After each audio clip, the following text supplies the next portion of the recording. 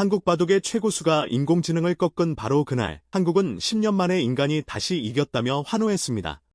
그런데 바다 건너 중국에서 날아온 첫마디는 축하가 아니었습니다. 손발을 묶어놓고 이겨놓고 인간의 존엄이라고 포장했다.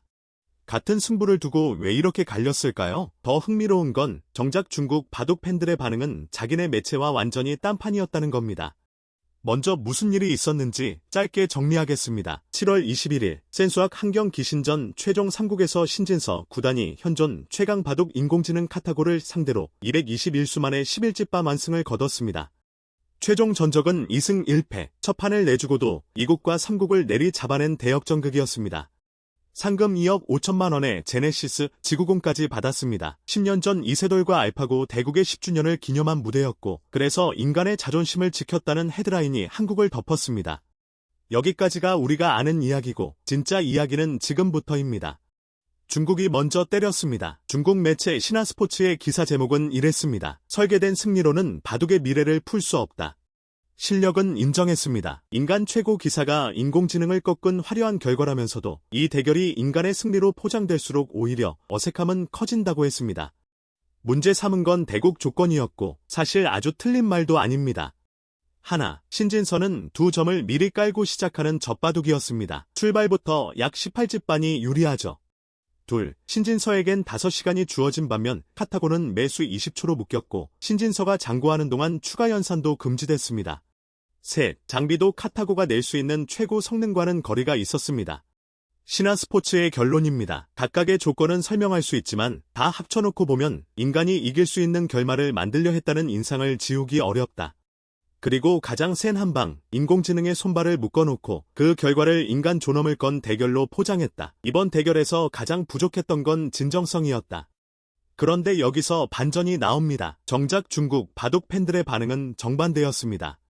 국내 커뮤니티에 전해진 바로는 중국 실시간 바둑 방송 채팅창에서 신진서를 부르는 별명이 이랬다고 합니다. 신, 인간의 탈을 쓴 인공지능, 인공지능의 수에 가장 가까운 인간. 심지어 현존 세계 최강 기사로 신진서를 꼽는 분위기였습니다. 매체는 설계된 승리라고 깎아내렸는데 정작 바둑을 아는 중국 팬들은 신진서에게 경애에 가까운 반응을 보인 겁니다. 이 온도차 기억해 두시죠. 그럼 한국은 어떻게 받아쳤을까요? 핵심은 하나였습니다. 조건은 처음부터 다 공개돼 있었다. 2점 젖바둑도 20초 제한도 몰래 숨긴 게 아니라 대국전부터 공표된 규칙입니다. 오히려 신진서가 석점을 접으면 내가 유리하니 2점을 택했다고 밝혔을 정도죠. 애초에 이 대결의 전제 자체가 맞바둑으로는 인간이 절대 못 이긴다는 인정이었습니다. 그리고 결정적인 반박, 그렇게 유리한 조건에서도 신진서는 1국에서 완패했고 2국과 3국에서도 승률이 한때 89%까지 떨어지는 위기를 겪었습니다. 2점을 깔아도 카타고는 인간을 벼랑 끝까지 몰아붙이는 괴물이었다는 얘기죠. 카타고에 2점 깔고 이기는 인간이 지구에 몇이나 되냐는 말이 전곡을 찔렀습니다. 여기에 배경도 하나 깔려 있습니다. 얼마 전 LG배 결승에서 중국 커제 구단이 규정 문제로 반칙패를 당해 크게 반발한 일이 있었죠. 그 앙금 탓에 이번 비판도 감정이 실린 반응이라는 시각이 국내엔 많았습니다. 제3자인 서구의 시선은 어땠을까요? 여기서 온도차가 확연합니다. 영어권 매체들은 훨씬 담백했습니다. 코리아타임스 영문판은 인간의 반격이라는 제목을 달았고 외신들은 2점 젖바둑이라는 사실을 그대로 적으면서도 이걸 조작이 아니라 상징적 돌파구로 봤습니다. 이유가 있습니다. 카타고를 만든 건 미국의 데이비드 우이고 카타고는 한국도 중국도 다 같이 쓰는 오픈소스 공용 도구입니다.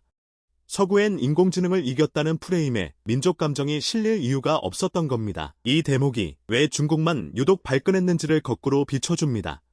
마지막으로 정작 당사자입니다. 신화스포츠는 이번 대결에 가장 부족했던 게 진정성이라고 했죠. 그런데 이 승부에서 가장 진정성 있게 행동한 사람이 바로 신진서였습니다.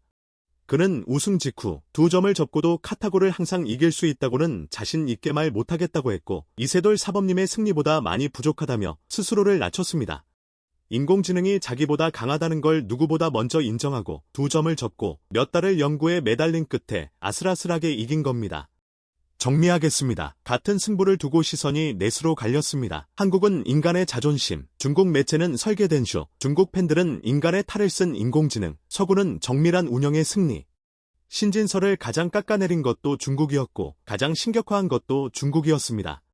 여러분은 어느 쪽이십니까? 인간의 자존심을 지킨 한 판일까요? 아니면 이길 수 있게 짜놓은 이벤트였을까요? 댓글로 남겨주세요. 반응이 많으면 신진서가 다음엔 몇 점까지 접고 카타고와 붙을 수 있을지도 다뤄보겠습니다.